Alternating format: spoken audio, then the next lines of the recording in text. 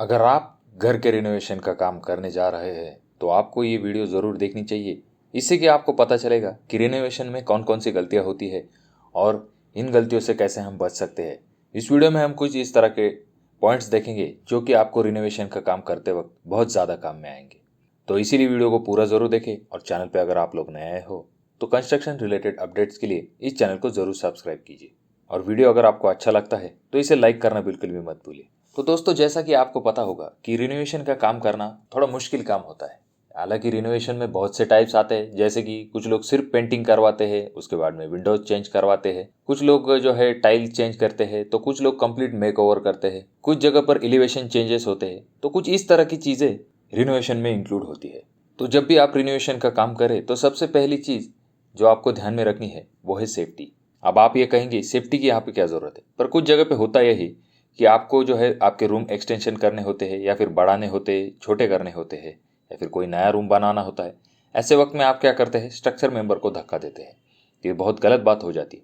आपको सेफ्टी का बहुत ज़्यादा ध्यान रखना है। अगर आपका घर लोड बेरिंग है, यानी कि आपको ध्यान में रखना है कि आपका स्लैब का लोड आप वॉल पे आया हुआ है, और वॉल को डिस्टर्ब करना यानी कि स्ट्रक्चर को हानि पहुंचाना, जो कि आपके लिए भी अच्छा नहीं है और आपके घर के लिए भी अच्छा नहीं है। उसके बाद में अगर आपका घर आरसीसी है, यानी कि आपका घर कॉलम्स बीम्स इस पे खड़ा है, तो ये भी आपको ध्यान में रखना है कि कुछ जगह पे लोग क्या करते हैं, गलती से वो लोग कंक्रीट कट कर देते हैं, यानी कि कॉलम या फिर बीम।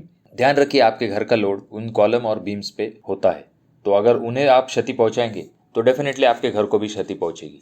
आपको इस बात का ध्यान रखना है कि आपको किसी भी प्रकार के स्ट्रक्चर मेंबर को धक्का नहीं देना है। आपको अब भी कोई काम करना है इस प्रकार का, तो इसके बारे में आप एक्सपर्ट से सलाह जरूर लीजिए। किसी भी कंक्रीट के पार्ट को आप कट करने की चेष्टा न करें। उसके बाद में हमारा पॉइंट नंबर 2 होता है, वो है प्लान। अब आप ये कहेंगे कि रिनोवेशन के लिए किस चीज़ का प्लान चाहिए। मैं एक्चुअल में पेपर ड्राइंग की तो बात कर ही रहा हूँ, उसके साथ आपको ये प्लान करना है कि आपको कौन कौन सी चीज़ें करनी है, या अगर आप पहले से ही डिसाइड करके रखेंगे तो इससे आपको फायदा ये होगा कि इसी पे आपका बजट तय होगा। तो इसीलिए आपको ये बात भी ध्यान में रखनी है कि जब भी आप घर का प्लान बना रहे हैं, मतलब आपको सबसे पहले आपका प्लान कर लेना है। उसके बाद में आपको जो है आपके खुद से रिसर्च कर लेनी है कि किस तरह से आपको, मतलब काम शुरू करने से पहले अगर आप थोड़ी बहुत रिसर्च कर लेते हैं कि आपको कौन कौन सी चीज़ें करनी है, उनकी मार्केट में क्या क्या मटेरियल रेट है, या फिर हम कुछ चीज़ें ऐसी भी होती है जो कि सस्ती होती है पर हमारी नज़र उन पर जाती नहीं, और इसी वजह से होता यही कि हम कोई एक्सपेंसिव चीज़ें हमारे घर पे लगा लेते हैं, जिससे कि डेफिनेटली हमारा बजट बढ़ जाता है। तो अगले पॉइंट पे हम आते हैं, तो हमारा अगला पॉइंट है बजट। अब दोस्तों देखिए, जब भी आप नया काम करते हैं तो ऐसे वक्त में आपको पता होता है कि आपको कौन कौन सी चीज़ें करनी है। पर रिनोवेशन में एक बात ऐसी हो जाती है, जब भी आप घर का काम शुरू करते हैं तो बहुत बार होता यही कि कोई अनएक्सपेक्टेड चीज़ें सामने आ जाती है और वो आपको करनी पड़ती है, जिसकी वजह से आपका बजट बढ़ता जाता है। इसीलिए आपको बहुत सी चीज़ों का ध्यान रखते हुए आपको ये चीज़ पूरी तरह से पता करनी है। जो कोई भी आपके कॉन्ट्रैक्टर्स हो, जो कोई भी मटेरियल्स आप इस्तेमाल करने वाले हो, तो उसके रेट पहले से आपको पता होने चाहिए, जिससे कि आपका बजट पे स्ट्रेस नहीं पड़ेगा। और बाद में आपको जो नेसेसरी चीज़ें हैं जो कि आपने सोची हुई है कि आपको रिनोवेशन में करनी है, तो उन्हीं चीज़ों को कीजिए, और जो कोई भी अननेसेसरी चीज़ें हैं उन्हें अवॉइड कीजिए। और बजट का इसीलिए ज़रूरी है क्योंकि अगर आपका बजट बढ़ता जाएगा तो जो काम आपने सोचे होंगे वो काम आपके अधूरे रह जाएंगे बजट की वजह से।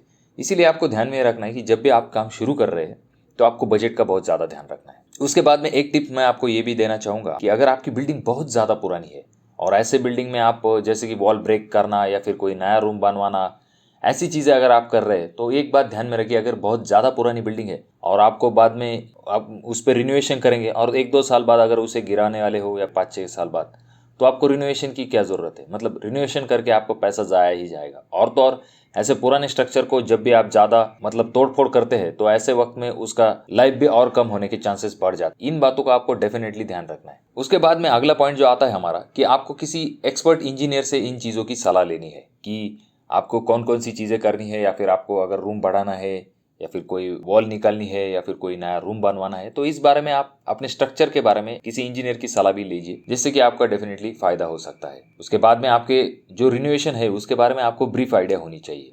और तो और जो कोई भी आपके कॉन्ट्रैक्टर है उनसे एक बार रेट के बारे में सलाह मशवरा जरूर कर लीजिए, और उनके रेट जो है वो 1-2 कॉन्ट्रैक्टर से कंपेयर कर लीजिए। और तो और सिर्फ कम रेट है इसीलिए काम मत दीजिए। उस कॉन्ट्रैक्टर का काम किस तरह से करता है वो, उसके बारे में, उसके काम के ढंग के बारे में थोड़ा बहुत फीडबैक लीजिए। जिनके जगह पे उन्होंने पहले काम किया है उनसे सलाह जरूर लीजिए।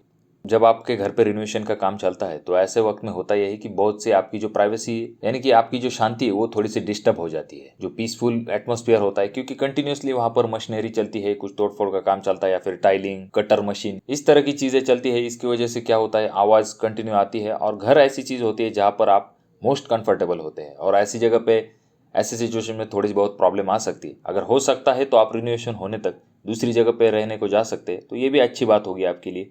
पर अगर नहीं तो ये बात आपको ध्यान में रखनी है, क्योंकि थोड़े बहुत तो डिस्टर्ब आपको मेक ओवर करते टाइम या फिर रिनोवेशन करते टाइम होने ही वाला है। उसके बाद में आपको एक चीज करनी है कि आपके काम के लिए आपको डेडलाइन फिक्स कर लेनी है। जो कोई भी आपके कॉन्ट्रैक्टर है उनको आपको बताना है कि हमें काम इतने दिन तक ही पूरा कर लेना है। ये क्यों जरूरी है, क्योंकि होगा ये कि अगर आपका रिनोवेशन का काम है यानी कि चलता ही जा रहा है चलता ही जा रहा है, ऐसा अगर होता है तो आपका बजट डेफिनेटली बढ़ता जाता है। अगर दूसरी जगह पर रह रहे तो वहां का रेंट भी बढ़ता जाएगा और काम भी लंबा खींचता जाएगा। इसीलिए आपको क्या करना है, उनको डेडलाइन देनी है, उस हिसाब से ही उनके पास से अपने कॉन्ट्रैक्टर के पास से काम करवा लेना है। उसके बाद में जब भी आपका रिनोवेशन चल रहा है तो कंटिन्यूअसली चेंजेस मत कीजिए। जो कोई भी आपका प्लान है, हाँ फ्लेक्सिबल रहिए। अगर आपको कोई एन मौके पर कोई चेंजेस करने हैं, ऐसी चीजें चलती है, पर ये नहीं कि बहुत बार चेंजेस करवाएंगे। इससे होगा ये कि आपके काम का टाइम पीरियड बढ़ेगा, आपका बजट बढ़ जाएगा। तो दोस्तों ये कुछ बातें हैं जो कि रिनोवेशन से जुड़ी हुई है, जिससे कि आपको डेफिनेटली फायदा मिलेगा। तो इसमें आपको किन चीजों का ध्यान रखना है, एक बार हम कंक्लूजन में वापस से एक बार देखेंगे तो आपको सेफ्टी, आपका प्लान, बजट या फिर जैसे कि हम कहेंगे आपका खुद का रिसर्च, इन चीजों पे ध्यान देना है, जिससे कि आपका रिनोवेशन का काम बहुत आसानी से और बहुत अच्छा और उसके बाद में कम खर्च में हो सके। दोस्तों मैं आशा करता हूँ कि वीडियो आपको अच्छी लगी होगी, और ये वीडियो अगर आपको अच्छी लगी है तो इसे लाइक कीजिए और कंस्ट्रक्शन रिलेटेड वीडियोस के लिए इस चैनल को जरूर सब्सक्राइब कीजिए। इससे डेफिनेटली आपका फायदा होगा। और आपके कोई सवाल हो कमेंट कीजिए। हालांकि आप बेल आइकन दबाए या ना दबाए ये आपके ऊपर है डिपेंड। मैं मिलूंगा आपको अगले वीडियो में, तब तक के लिए धन्यवाद।